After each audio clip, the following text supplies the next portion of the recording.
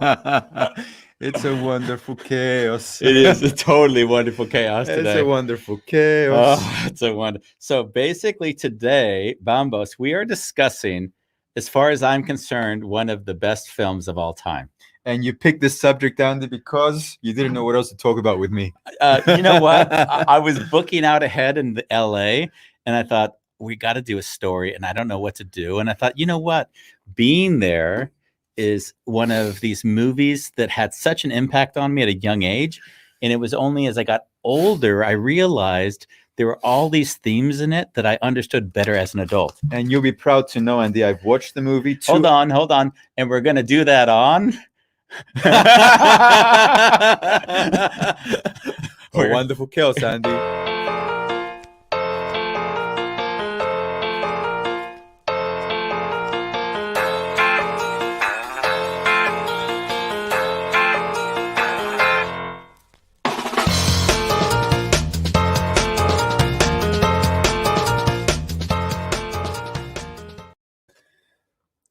Interesting. So Friday evening, I watched the movie with Yasmine. 2 hours of it.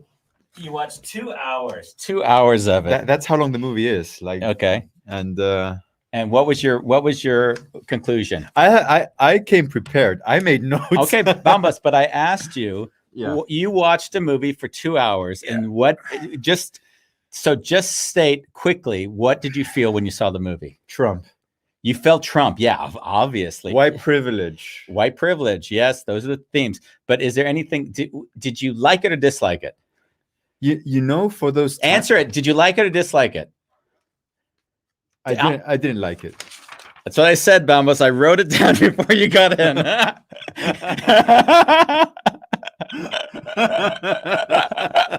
This is the first time I made a prediction on the show.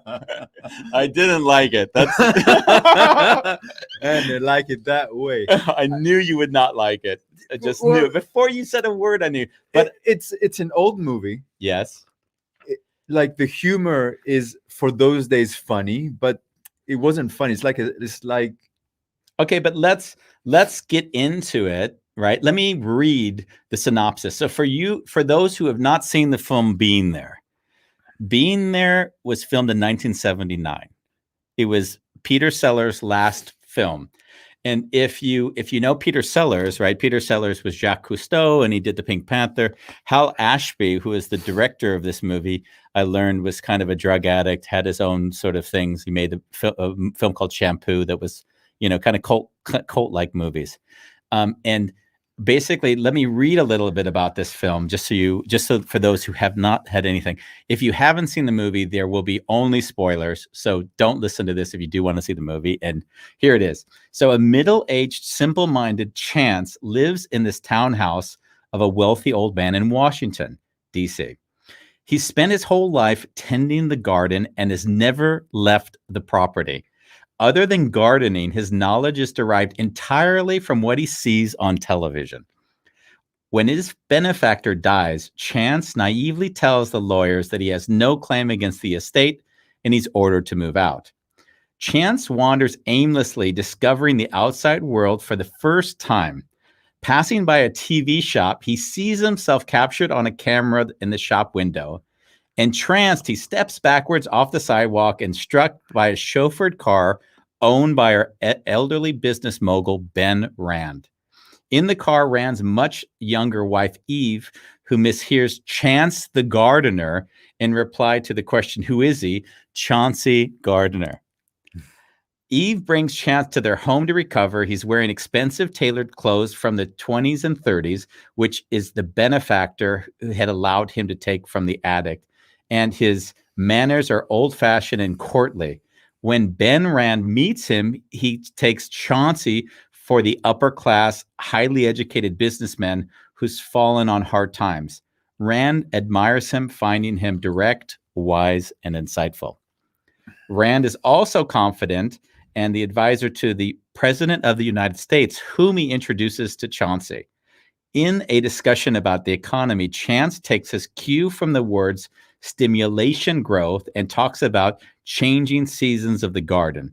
The president misrepresents this as optimistic political advice and quotes Chauncey Gardner in a speech. Chance now rises to national prominence, attends important dinners, develops a close, detailed advice about what a serious Gardner should do to do is misunderstood as his opinions on what would be his presidential policy. I think I screwed up the last sentence, but it doesn't really matter. Yeah. So for me, this film at a very young age, first of all, you might watch it and not even know you're watching a comedy. Yeah. Like you could watch a movie. It may be one of the most nuanced comedies that I'd ever seen because it's half the public watching it would say, this isn't funny. As you did. Oh, I found it funny. Okay. I just didn't laugh. Because you were crying inside. It's hard to put into words for me. Like I could see the humor, but it wasn't touching me because there was a reality there, Okay. which was creeping up in me, and it just made me very, very nervous. Yeah.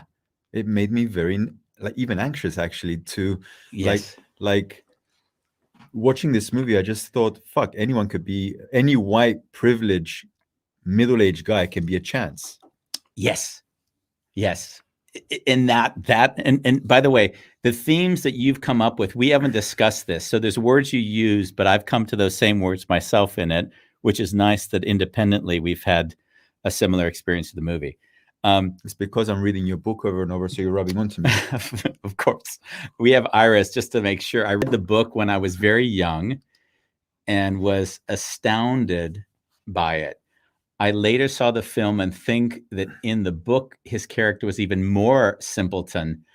That's why that's why I was astounded. Yeah. So, I mean, even the actor that was playing the Chance, what's his name again? Peter Sellers. He said he actually says, in real life, I'm a nobody. So for him to play this role was very easy.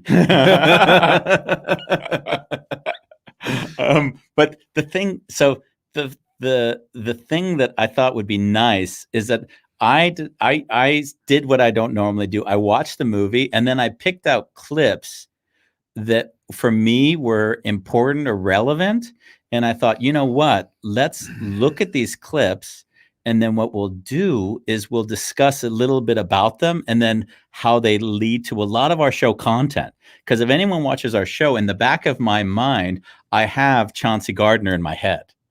Like I see him tied to every show we do. Oh God, please no. Exactly. And the guru shows, the enlightenment shows, the being quiet shows, active listening shows, like projection reclamation work, all of it is in this film. And I've seen it all the time. I saw it at a young age.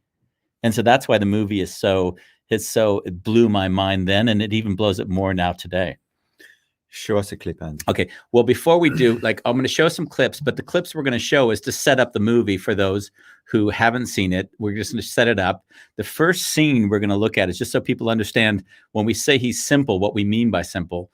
This is where Chance, the gardener, is told that his benefactors died. And the woman who takes care of him is sharing the news with him. And it just gives you an idea of who and what this character is all about. So this is where Chance the gardener is told by the basically woman who's the caretaker of the house that the benefactor has died.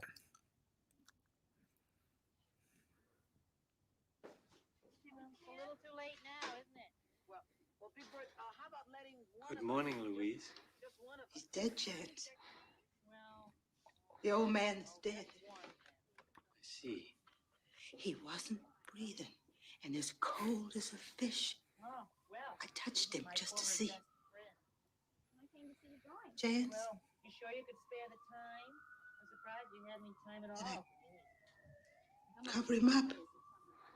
Pull the sheet over his head. Big deal. Nobody looks at anything like. Oh, Lord. What a morning. Yes, Louise. It looks like it's going to snow. Have you seen the garden? It Feels just like it's going to snow. Santa, boy, But I love you too. is that all you got to say? That's the way it works. See, you can love That old man is lying up there, each person. dead as hell. Dead as hell, Andy. So basically, think about this for a moment. Like everyone in the world has become Chance in some ways. Like he lives through the TV set. This is there was no mobile phone going on at this time. And he is so absorbed in TV. He's never left the house that his entire experience of life is through this box. And if you look at our lives today, it's not all that different. I mean, if you look at a kid who is raised, they look at the screen on their phone, and that screen becomes basically their vision to the world. And the prejudices on all the things you're being influenced by that you're not even aware of. Nice. And so when I see that scene, and why I think it's so funny is you get a sense of how simple he is. He's just been told that the person who he's been raised with his entire life from a child, the benefactor who he took him under his wing and let him do the gardening in his house is now dead. And his reaction is, "Oh, it may snow." And that gives you, like, for me, an example of that. Yeah. And so my question to you is, so when you say that the film didn't get you, and I'm trying to, I'm sharing all of my experiences of it. What is it that you feel like wasn't necessarily capturing you? Like, what is it that didn't pull you in? What was it you would have wanted to have seen or seen more or less of? I think there were parts of the movie that I feel didn't need to be there. Mm-hmm. But if I talk about them, then it's like some of the intimate scenes with the woman. Mm-hmm. Yeah. I didn't feel they actually made any sense as opposed to the actual story itself. Okay. Um, But like just to share with you from my perspective, those scenes may or may not have been there, but they slavishly did a gag maybe that was when she came in, for those who, again, we won't have a scene for this, but when she came into his bedroom to want to have sex with him, he's watching The Crown Affair, which is an old film where the people are kissing on the TV. And because they're kissing on the TV, he now knows what kissing is. So he kisses her because he says, "Hey, this is what kissing is." So in a weird way, the only reason why he kisses her is because he now sees what the TV shows him, and then when that scene ends, he stops kissing her. Yeah. So the absurdity of only being able to do the thing that, and then you remember the line that's probably one of the best lines that I think ever in any movie. I'm waiting. Is afterwards, she now wants to, of course, continue what happened, and he looks at her and he says, "I like to watch." So the fact that, in a way, Chauncey, and we'll get into this as we discuss this, since Chauncey has so much credibility in everybody's eyes, he's always misinterpreted because everyone thinks there's a deeper insight behind everything he says. Yeah. And this is what I've often told you in our life, is that if someone projects into you something, how they hear you will depend on what they've already projected into you. So since he was projected as being insightful, all of a sudden people interpreted everything he said as insightful or as nuanced. So he says, "I like to watch." What does she do? She goes and masturbates in front of him because she makes the assumption he's not saying, "I like to watch TV." She thinks he's saying, "I like to watch you pleasure yourself." And that's, for me, the beauty of watching a film like this, is that you see, in my mind as well, how often we interpret in order to keep a reality of the person we believe we see. And we stretch that really far a lot of times. Like when we romanticize or we make someone into an idol, we stretch it very, very far. Yeah. So Nice. that gets to that the reason why that scene and the scene with her was also, for me, important. That gag, as it were, or that way of the thing that they try to do over and over again in the film, what I think they did so well. Bolalong sends us a question here. He Why said, is Chance not moved by the death of the old man like he was by that of Benjamin Rand, another old man? and this is a very so in the film there's two deaths, the one of his predecessor and the one afterwards. Because we were doing this show, Bolalong, I watched I read through the Wikipedia, and what I heard was they debated on whether to have him have emotions at the end, because they say it was out of character with who he was at the beginning of the film. So I think I don't know if Hal Ashby was the director. I think it was he or Sellers said they didn't like doing it because they felt like it broke the character of Chance the gardener, or Chauncey Gardner, who he was made into. Yeah. But yeah, I agree, Bolalong. It's a very, very funny point, and it was a big issue for them in the filming. And Bombo still, as I said, didn't like it. It's the first time I've ever written anything before a show where I was like, oh, I know he's going to say this. I've got to have this prepared. I had a funny moment. Like, let's get one thing straight. Yeah. It was a nice movie, but it wouldn't be a movie I would want to watch again. Yeah. Like, it wasn't like after 10 minutes, this is really bad, I'm going to turn it off. Yeah. I watched it, and I could get like the substance of it. Yeah. But it wouldn't be like, wow, amazing, let's watch this again and again. Like, Yeah. it really nourishes my soul. No. No, I didn't like it in that way. Yeah. But definitely it's a very intelligent movie. Yeah. Very, very subtle.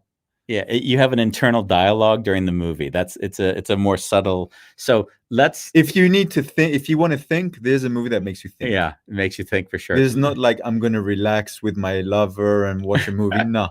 Let's go. This is the setup where before we get into the more meta level appreciation, we're going to just set it up because some people won't have seen the film. So this is the second scene. This is after Chance the gardener is thrown out of the house, and he's walking the streets in his benefactor suit. Mhm. And he sees a TV set for the first time outside, and he sees himself on it, which blows his mind. And this is all set to the music like Stanley Kubrick in 2001. So we'll just play this. This is just a lead up to that moment in this film.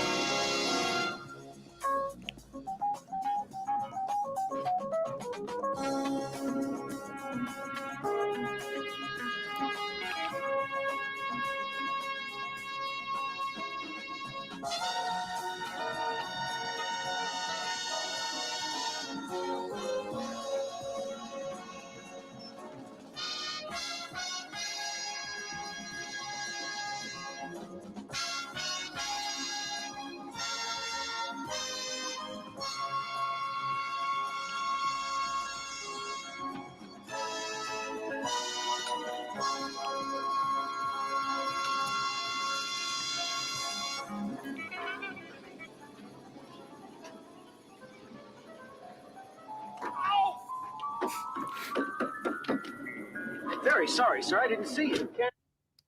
Okay, so that basically is the lead in. So this is how circumstance take him from being thrown out of the one house to now being pulled into the next house of Ben Rand. So he doesn't make any claims. Yeah, exactly. He doesn't make any claims. And that's, again, one of these, that's the whole thing. The whole gag is that, and this is why the movie was so interesting, because when we'll talk about enlightenment, we'll often discuss this, taking things back to their base elements, where we no longer project meaning into anything. It just is. There's an isness to things. And if you look at it, you would say being more like Chance is what one would actually call enlightenment. One may call enlightenment. Will be more broad in our term. So you might say this is what an enlightened being looks like. They're just present, and it is the isness of things is now there. And I think that's just fascinating when you think about it. That we talk about returning back to it being simple is often the way to be, and therefore, when you look at a character and they are simple, then how is it that person then becomes projected on as being enlightened? And that's what happens in this movie. Yeah. Any thoughts on that, Bambos? White privilege. That gets to another point into the projection work, right? Yeah. So Well, like you've said so many times, he's wearing expensive clothing from companies which don't exist anymore, but they were. It's like a brand. Yeah. And he's white. He's talking in a very simplistic way, so you can project onto it. So all of a sudden, he's an entity. Yeah. Right. He's an entity, and it's not all that dissimilar sometimes from our talks. You remember our statement some time ago when Ronnie wanted to hire you, but you couldn't because you had those big earrings in, and tunnels. I had big tunnels, guys. Are they called tunnels? Yeah. Oh, I don't even know the word of these things. But Ronnie would have loved to, but she's like, I can't bring him in if he doesn't represent at least some status of where I can, like, let's say if you screwed up, that they said you could have told just by looking at his ears that he wasn't going to be able to, whatever. And this is very similar. He wore a suit, and the suit was tailored from, the 20s and 30s. But in some weird way, the fact that people say, wow, this must be someone important because clearly the clothes he's wearing reflects that. Yeah. And that's, again, that whole idea of the first impression. And we'll discuss that a lot on our show. Like when we introduce somebody, like I'll always be clear, we're going to share what it is that makes the person special or interesting, because if we don't start with that, people won't know why they're going to listen. Exactly. And that's similar to in this case. So Chance now gets in the car with the wife of Ben Round, who's played by Shirley MacLaine. I think that was the actress. And she hears him say, my name is Chance the Gardener. And she creates that into Chancey Gardener. So from that moment forward, he's Chancey Gardener, which is far more instead of Chance the Gardener. And now this gets into an interesting one. And I start now from this point forward discussing the topics that I've seen really absorbing a lot of our time together, right? And the topic that one we've discussed on so many shows, and I think we've even done, was the one of projections and assumptions. And projection and assumption is one of these core topics of everything that we discuss. We've already discussed it a bit on this show. So I wanted to show, and there's so many examples of this in this film that it's hard to take one, but this is just one of these examples of the projection and assumptions that are made. And this is after Peter Sellers, who's Chancey Gardner, we'll call him that now, is at the house. He's having dinner with Ben Rand and his wife, and this is the discussion that happens as they're discussing the table.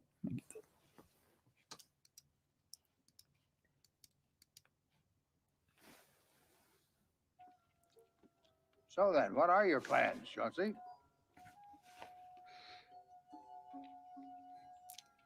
Well, I would like to work in your garden. Oh, Ben, I know exactly what he means. Isn't it wonderful to be with the trees and the flowers like that? I never had much feel for it myself. I'm a very good gardener. It's such a pleasant way to forget one's troubles. Yeah, well, isn't that what any businessman is? A gardener. He works on flinty soil to make it productive with the labor of his own hands. He waters it with the sweat of his own brow.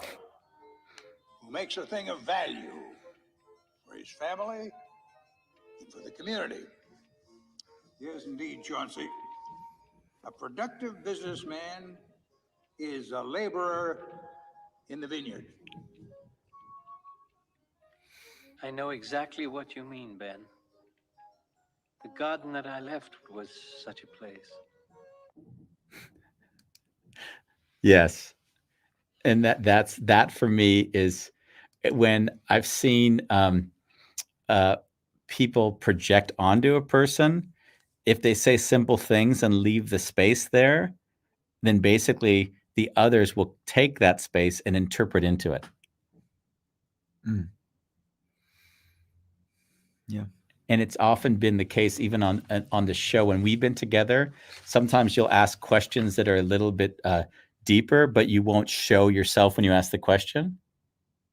And then that's sometimes I'll interrupt, say, Bambos, do me a favor, give him more of a context of where that question comes from. Yeah. Because what I noticed often in life, if you ask a question and someone doesn't know the context where the question comes from, then they can either get defensive or feel like, why is he asking me this question? Yeah. And so that's a little bit, it's all on the turn side. It's a technique to make someone feel uncomfortable. Or it could be used as that. Because by asking a question and not giving them a context, it makes them feel like they might be judged or that kind of thing. Yeah. So yeah, that the way that Chance was continually, there were so many examples of this in the film. I realized there were at least 30 of them. Like he when he went into the elevator, and then he said, "This is a small room." Yeah. So there's a kind of naivety to him. Yeah. Yeah. And then remember the guy that was rolling his stool brought him back into the same small room, and then the guy rolling his stool laughed, and he said, excuse me, sir, I'm laughing because of your comment, your joke about the small room. And then he doesn't understand that was a joke because it really was a small room for him. He didn't understand it was an elevator. And that's the sort of, and it was kind of what I also found nice about the film is that the people that were projecting less on him began to understand that he was simple, like the doctor in the film. So he projected less onto him, and therefore it was easier to see, wow, he's just simple. He's not insightful. He's just simple. But the people that projected more on him were less capable of seeing that because they were trying to interpret everything as having more meaning. Grandiose. Yeah. And eventually managed to also sway the doctor. Yeah. Well, I mean, they didn't sway the doctor. The doctor saw in the end of the movie, he knew that Chance was just the gardener, not Chauncey Gardner. Oh yeah, And yet he investigated. He found out that Chance was actually a gardener. He wasn't Chauncey Gardner, but Chance the gardener. And he didn't say anything to Ben Rand right before he died because Ben was getting so much solace from having him there. So he even saw that this man who's simple is actually helping a man who's one of the, say, wealthiest people in the world, I guess, at that point.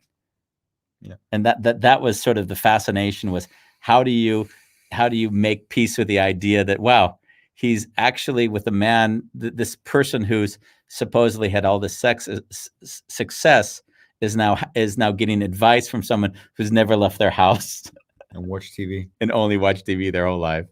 So yeah, that was that. By the way, I think you may have seen, I don't know if you saw, but there were a lot of articles recently showing the similarity between this film and the rise of Trump. Did you see any of those So you made that connection, but this is a well-known thing on the internet right now. Oh, I thought you summarized that. No, this actually, when they talked about the rise of Trump in light of this film, they said no more did they in 1979 see the future of a person like Trump at that point, and this film shows how incredibly insightful they were at that time. I mean, you could see it. You saw it yourself, of course. Also, also how politicians speak. Yeah. And leaving a lot open and not really closing anything or being very concrete, or like you can't hook them on anything. Yeah. I'm looking for more engagement from you emotionally today. You want to be more emotional? Yeah, more emotionally engaged in this. Is it so abstracted, or what's the? Well, I'm looking at you and I'm seeing how much you enjoy talking about it, and I guess this is more your thing. Well, it's only my thing because I'm waiting for you to find things in it that you find interesting. And if you say I find absolutely nothing in it interesting, that's also okay. Well, I think for me, Andy, it was really when the black woman was watching Chauncey on TV. Yeah. And she said he's as dumb as a whatever. Yeah. Like, because I've been reading a lot on white privilege and slavery. That touched me the most out of all the movie. Like, that was a reality that was hard to swallow. Yeah. That was actually one of those moments. I cut that moment, which on our tape, which it comes in. Kirk Scott writes as well, who we've had on the show. He writes, from a narrative standpoint, Chauncey is an unusual character as he never really progresses over the course of the story. He has no arc and doesn't really evolve emotionally or intellectually. Yeah, interesting. But everyone around him, because of their interaction with that character, they evolve throughout the story, which is, we see how people evolve. The story around him evolves, Yeah, not them. Yes. Yeah. And then we'll get to the end. Kirk is already opinion. This end put chills down my spine. So we're going to discuss that in step by step. But the end was also quite special. Yeah, but the end, and I'll tell you why that also gets back to the show and why it connects back to the show for me. But we won't jump the gun too much there. Getting back to what I was saying earlier, is there anything that you say, oh, there are things that were relevant for you outside of the white privilege? Not really? No. Interesting. Okay. When I wrote down on the paper, I didn't like the movie, I thought that I didn't know how bad it would be for you. Oh, so how bad was it?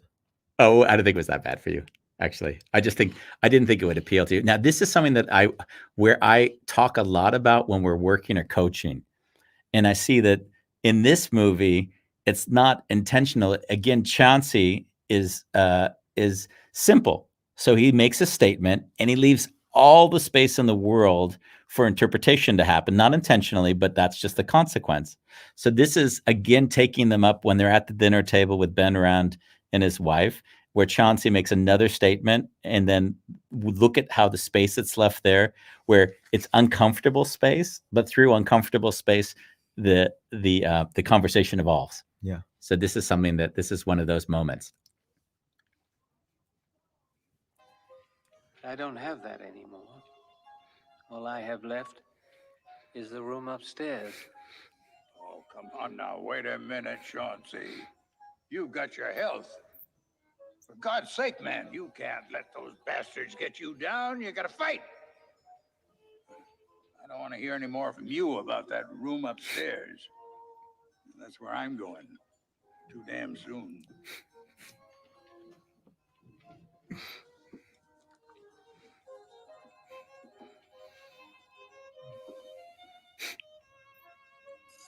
It's a very pleasant room, Ben. I'm sure it is. That's what they say anyway.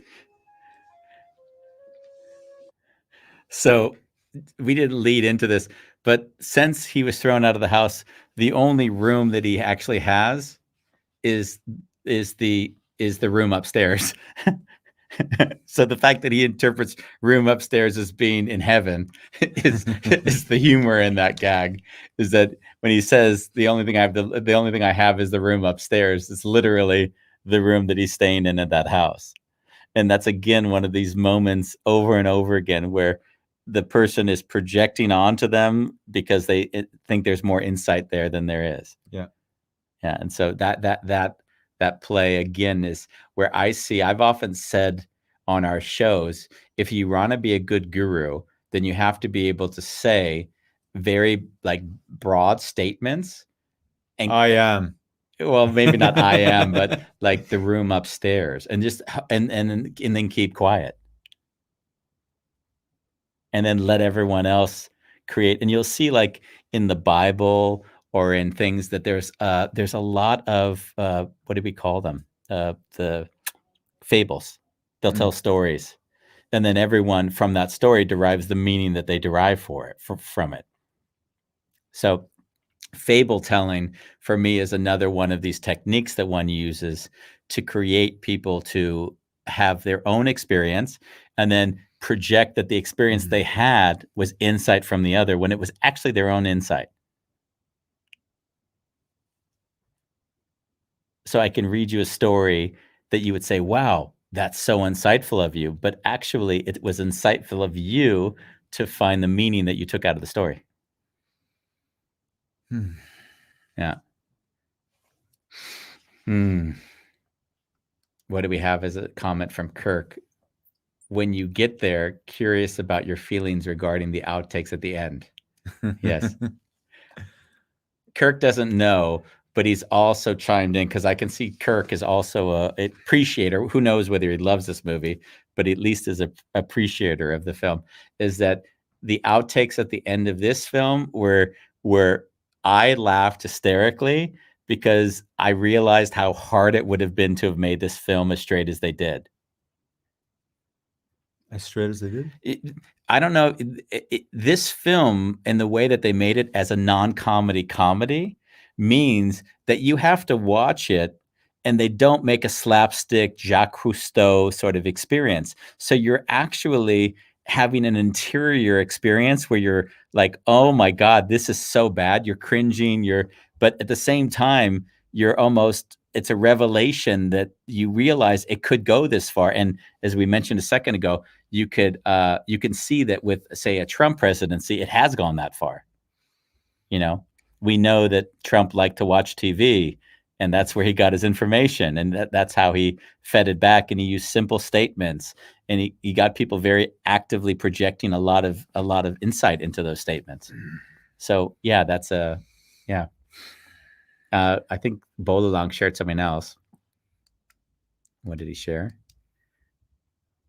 Communication like that I don't like. Maybe that is why I don't find religion exciting. To the Fables. Yeah. I don't know if I have a problem with Fables, Bolalang. I think Fables, in a way, are a great way for a story to be shared and that other people can derive the meaning they have. I think I'd rather have that rather than someone be prescribing to me what it is they think I should know. Yeah? You mean imposing? Imposing, yeah. If I had my choice, right? That a lot of times when they talk about business or success in life, they'll say, know your story or know how to articulate your story. And in some ways, I think that way of storytelling is a way to help other people with their simplified ways of wanting to see the world understand you.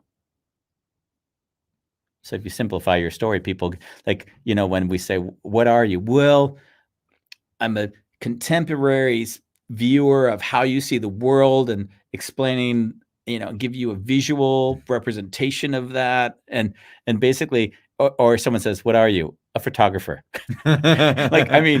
Either one is going to create, someone's going to be like, what the hell do you do? Or oh, okay, now I understand you, right? That's now the question is, I operate a camera. Yeah. So if you kind of say I'm a photographer and you specify what makes that special or unique, that's obviously I think in my own experience the benefit.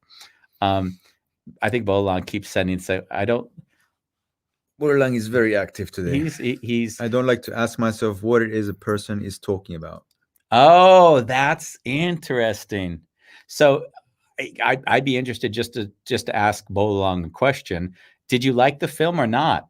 Actually, just a straight yes or no. And if you did or didn't like the film, why? And I asked that for a reason, because to some degree, a lot of the things I've seen, Bolalang, who, as we all know, is one of our most active viewers, listeners, he really dislikes when people don't specify or they don't articulate themselves in a way that they can be seen. Especially when it comes to beliefs and forcing others to have belief systems. So in some ways, I could imagine that this film was quintessentially about somebody sharing stuff so vague that it could be interpreted by anyone differently. But in this case, it was interpreted to the benefit of Chauncey Gardiner. Yeah. Let's go to the next item, which is the subject is Guru and Enlightenment, which are two things we've also discussed quite a bit here. Mr. Garner, do you agree with Ben, or do you think we can stimulate growth through temporary incentives?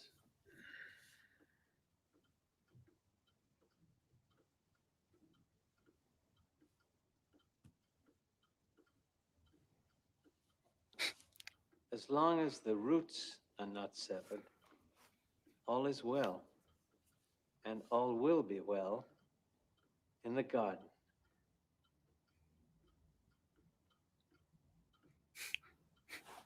In the garden. Yes.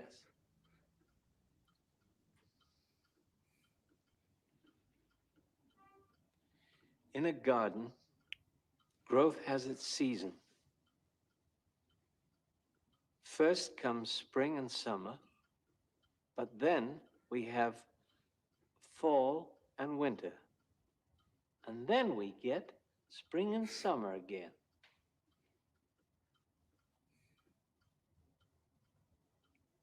Spring and summer.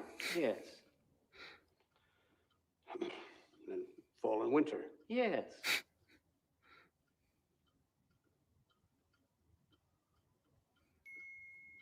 I think what our insightful young friend is saying is that we welcome the inevitable seasons of nature, but we're upset by the seasons of our economy. Yes. There will be growth in the spring.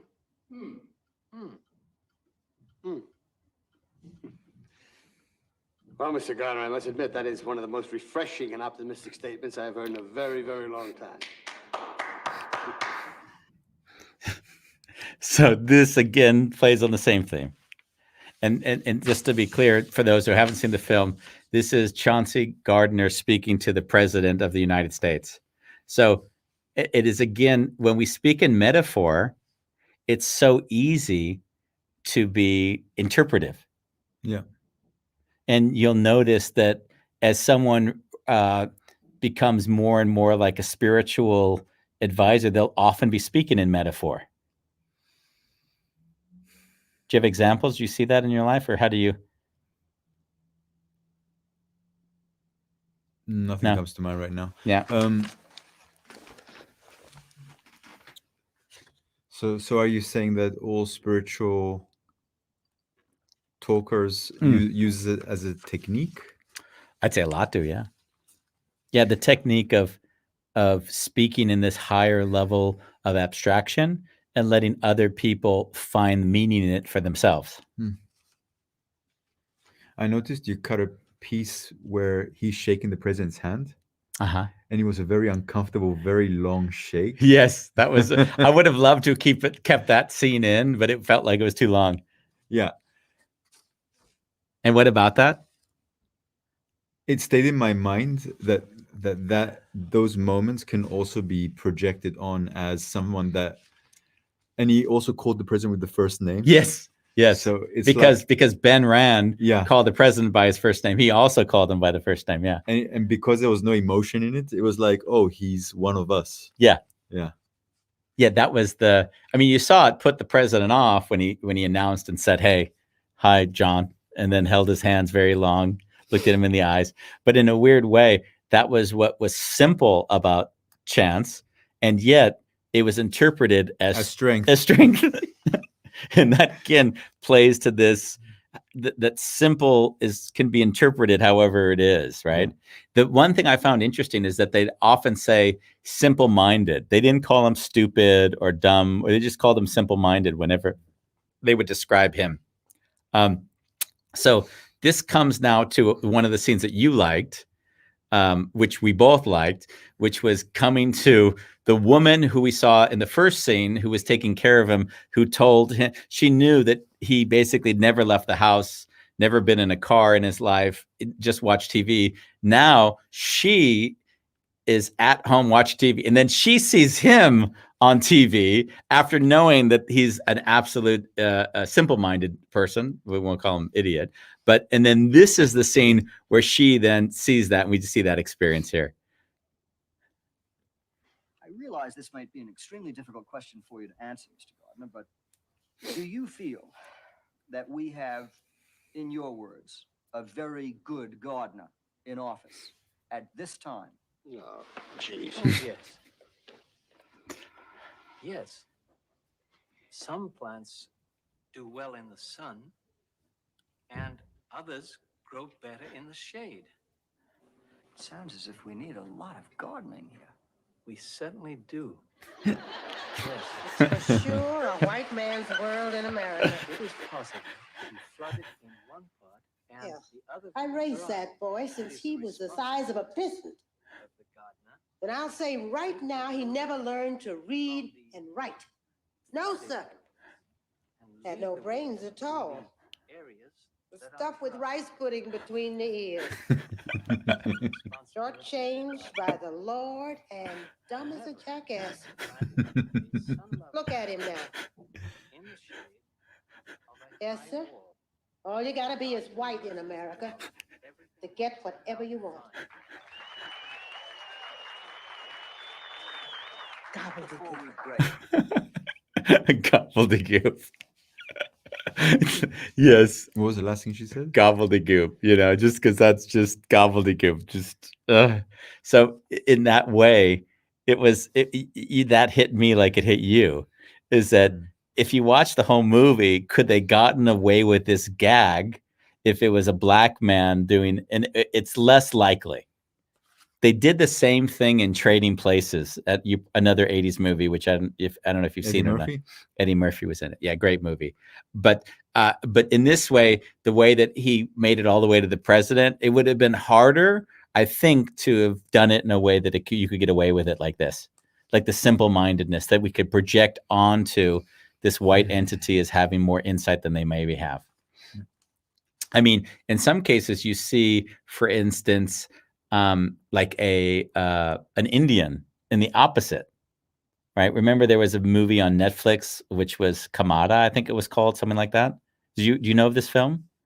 Okay, it's sort of similar to Being There. It was an Indian American guy who put on an accent. He put himself in a robe and he acted as if he was a spiritual guru. And it was a documentary. It was a real movie. It was a real documentary, and he basically acted out being a guru and everyone believed him in this group. Oh, wow. It was pretty intense. So the last kind of scene is him going up to the front, taking off his guru clothes and speaking in an American accent where he pretended so. And there was this funny moment, which I thought, even now I get a little bit tingly talking about it. There were two people. Some were resentful of him because they felt betrayed and lied to and mocked. And others felt, wow, this was the biggest lesson he could teach me. Everything I projected onto him was false. So in some people, it was weird. The gift he gave them was to see through that everything you see is just projection. So whatever you thought I was, I'm not. Incredible. And it was really curious to see those two very, very, very different reactions to it. But can you imagine the people that felt betrayed? I mean, that would have been a hard pill to swallow. So another big theme on our show is to question everything. Right. That's one thing when we're here and we're interacting. A lot of times the guest might be someone that we're not altogether comfortable discussing all the topics with, but we'll stay open and we'll try to like uncover what is it that I don't understand here yet. What is it that intrigues me? And this scene in this movie was one of the most powerful scenes of any film I'd ever seen, because up until the point you watch this, you think that Chance the gardener is a simpleton. You just assume, but then they screw with your mind on this last scene in a way which was just, it like knocked me on my back on my feet. And this is the last scene where Ben, Ben, I don't remember what his last name, Ben Rand has died. They're at the funeral and they say that they believe that Chauncey Gardner is in the best position to become president of the United States, because he's gotten on the TV and everyone thinks that he's such a wise man. And now, as they're carrying the casket away, this is what Chauncey does. He leaves the funeral for no reason. Of course, people are going to interpret it as something insightful. And then this is what you see happen. I do believe, gentlemen, that if we want to hold on to the presidency, our one and only chance is Chauncey Gardner. When I was a boy, I was told that the Lord fashioned us from his own image. revere it.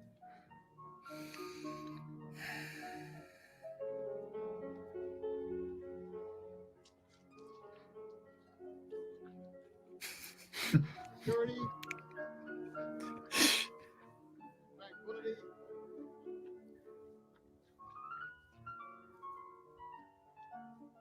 a well-deserved rest.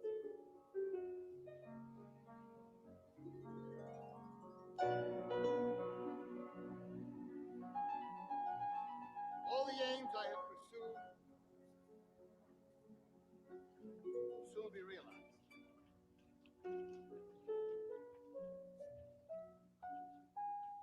Life is a state of mind.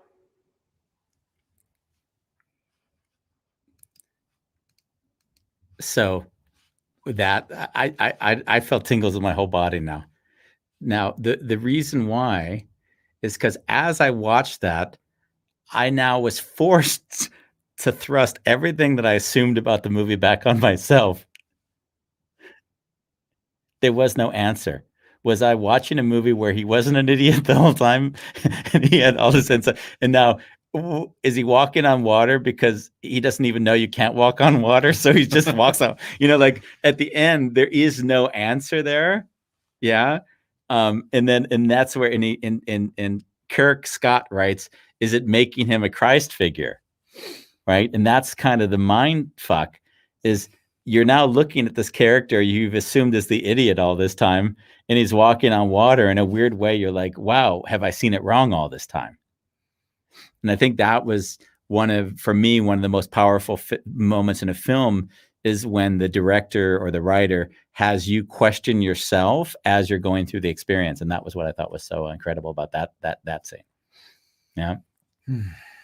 Yeah. And again, going back to all our shows, there is an aspect which I always want, which is to be questioning everything.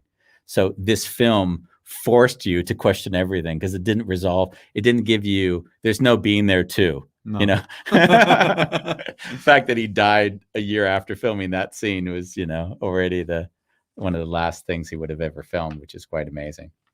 So now, as Kirk also mentioned, we had a nice message from Miss DeLinde, who he's such a long message, we can't put it on because you won't be able to read it. Interestingly, recently in an online meeting about a Sufi-oriented text on being servant towards God, which I interpret as being servant to nature and to humanity, I mentioned being there and connected to the recent developments around the US presidency. And now you come along with this movie, which I haven't thought of and didn't see. Sorry, changed. Didn't see, you have right there. Since I saw it when it was originally in the movies, exclamation point. So we know he's old because you had to be. I made the analog of the president of being a gardener, which is showing up in your clip. Yeah, so I think it a lot of times when a director comes out with something so far ahead of its time, it takes time also to understand how insightful it was. And it took me time to understand how insightful it was. There were things in it I appreciated, I didn't understand until much later, or at least now, how I interpret them, of course. Because even if you look at the first scene now where the black woman's saying, the master is dead. Yeah. Like, because he doesn't take things seriously or project bad or good, then it's like, yeah, you make the assumption. I made the assumption at the beginning, oh, he's an idiot, or he's disassociated. He has no connection with what's going on around. Those are all the assumptions you're making. But if you look at it, on one level, he's gone. Oh, he's gone. I mean, that would be, you could just say he was at peace with everything that is, right? And Bolalong says, I'd never viewed Chance as an idiot, but the people they are hearing ways that they're hearing the ways he's not saying. So he didn't see it as clearly as we also may have interpreted. Right? I interpreted in the beginning autism. Oh yeah. This is then when they have the outtakes. This I watched this and I would laugh hysterically as I was watching this, and I was laughing hysterically because I think at the end, that's when you realize how hard it would be to make a movie where you're trying to read lines out as if you don't know how funny they are. like think about if you're playing a straight character and you have to speak words which are so absurd, and you know they're absurd, but you have to say them with a straight face. So this is, and I find this is beautiful as an ode also to Peter Sellers, who, as we said, died not all that long after filming this scene, the last movie he was ever in. So we're gonna play that right now. This is the outtake. So this is after the film, actually. What was the message, Mr. Gardner? Now get this honky. Sorry, carry on. Okay.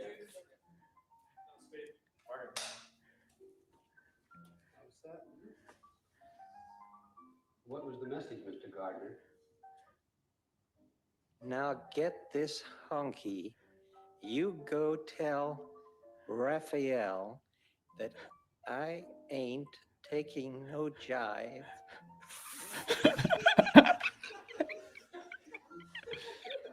He's dying. It's just go.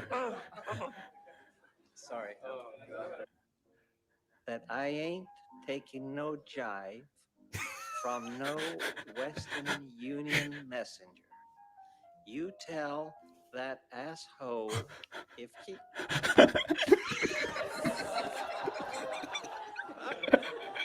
He can't do it. He just can't do it. He knows that this is just the. You tell that asshole.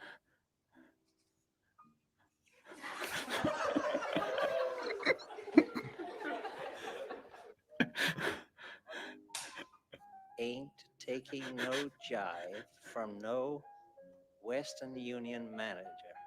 Manager. What do I say? Sorry. He's crying. He can't get through the fucking lines. It's so bad. Union messenger. You tell that asshole if he got something to tell me to get his ass down here. Oh.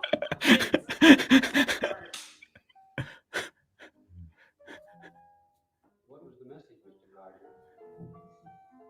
It's slightly long, but I will try to remember it. Now, get this honky. You go tell Raphael that I ain't taking no jive from no Western Union messenger. You tell that asshole if he got something to tell me to get his ass down here himself.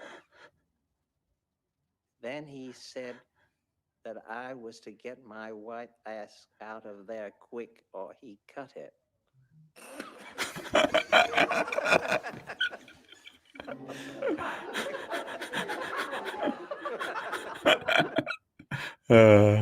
That's it. I bet they had a lot of fun doing that. Oh my God, they must have had a time. I mean, if you look at it, they were almost making a comedy for themselves, because, as you know, Bolalang said that he laughed twice during this movie, and he said in the second time I laughed in the movie, and he laughed hilariously, and that was.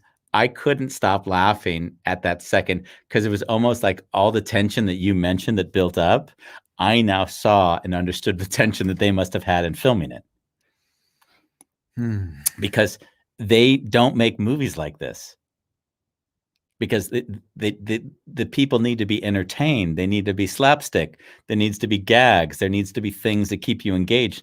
This movie is internal. You have an internal experience, and in that experience, you're kind of having to like process things and think and like, what the hell is going on? And that was now I see why I didn't get laid till I was 19. Because I lived, enjoying the cerebral shit. Yeah, so that's kind of it. This is for me. When we'll work, I'll often have that Chauncey Gardner in the back of my head saying, wow, people are projecting a lot onto him. Or even onto me, which I'm really sensitive to. right? Like, guys, you know, like we all have the same understanding. We just need to look inward to find it. And I could play the guru part, but it's not serving you, because in the end, if you look inside, you'll figure it out for yourself. If you think I or anyone else can give you the answer, then you'll get stuck in the Chauncey Gardners of the world, only to realize that actually they didn't really know the thing you projected into them, but you were too scared or insecure to find that in yourself.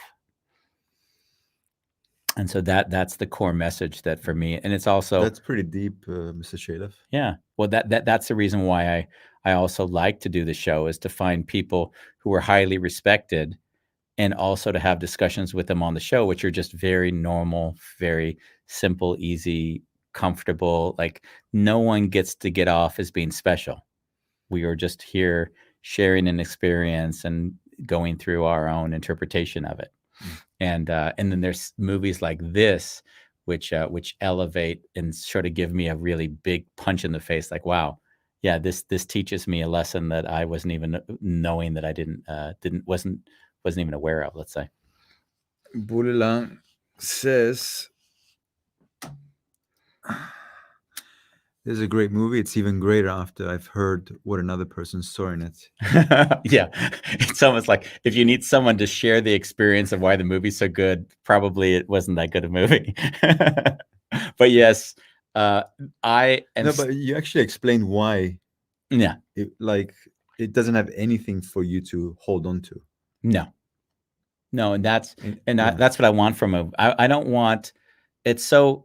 I find that filmmaking today is there to entertain the viewer, to keep them engaged in a way which is more like a playful, what's the gag, what's the funny statement, and not to create constant tension and thought-provoking and keep you thinking, what am I missing? What's going? And that tension is what I really. There's another film that I watch with my friend every New Year's Day called Babette's Feast. And absolutely very little dialogue. It's a foreign film. We watch it every year. And there's a quiet beauty where you get to have an internal journey, which is your journey to have, that isn't being spoon-fed to you. And that's what I found with Being There, was very much in the same sort of genre. So I'd be happy, Bambos, for you to come on and for us to do an hour on your favorite movie. Oh, God. But thank you for entertaining this with me, right? I really appreciate you letting me force you to watch a film and discuss it for an hour. This was new. We've never done this before, so this is a treat, right? It felt like we should have a YouTube channel reviewing movies. Yeah, no, I don't think so. I don't think we'd win at that one. Tomorrow, we might as well introduce some of the shows coming up, right? Tomorrow we've got Fetch on. Yeah. Fetch is your friend, and you guys hang out together incessantly. I've always thought it was wonderful because you're friends, but there's that underlying tension, like, why aren't you more than friends? And I think it's great just the hour discuss, why can't we just be friends? Like, why do men and women have this tension when we hang out and we're very close, and then you get a girlfriend or she gets a boyfriend? Like, what happens then? Like, I really want to discuss like how that plays out. Yeah. And I think that's a really fun, meaty discussion to have. On Wednesday, we've got Daniel Fisher, who has ECPR. He was recommended by another guest who said he has an incredible story. He recovered from schizophrenia. And in recovering from schizophrenia, he developed a technique that he now uses to help others. Nice. So we'll discuss with him around that. On Thursday, we have Julie Lauren, she was actually couldn't walk for 6 months of her life. She just incapacitated for that time. And she discovered a love of microscopes. And she made a film of some microscopic beings that were on the deck of her house that went viral. So basically from that, she wants to share her love, and we'll discuss that journey as well. And then on Friday, we've got Vanessa Brooks, who is from, where do you think she's from? Orquiva, Spain. Oh, really? Another person. She watched our show when we did a show with Jules Toro, and she said, I'm an even better guest than Jules. So we are going to have her on and discuss that she's doing the holistic births. And I think the title might be off. She didn't come back to me with a better title, but we called it I Delivered Hundreds of Babies. And she does it in a very much one of the midwife-like scenarios in water and all of the typical alternative birthing techniques. Nice. And Miss leaves us, says, thanks for the interesting viewing and discussion, guys. I was about 15 minutes, and I think when I saw it, and it makes me conscious how I was cultivated in a time where you've turned off the comments, so I can't read the end of what I was saying. Sorry. That's fine. Thank you. How do you pronounce that name, Bambos? Mace de Lind. Is it Mace? Yeah. Mace. Oh, Mace. interesting. We should know that. Thank you, Mace. It was really nice to have you. I'm happy that you got to enjoy that. Thank you, Andy. Thank you, Bambos. I'm happy that, again, I've imposed something on you. Culture that doesn't necessarily come to you easily. No. So what'd you say? I said, yeah. We'll see you next time on Wonderful. Chaos. Bye.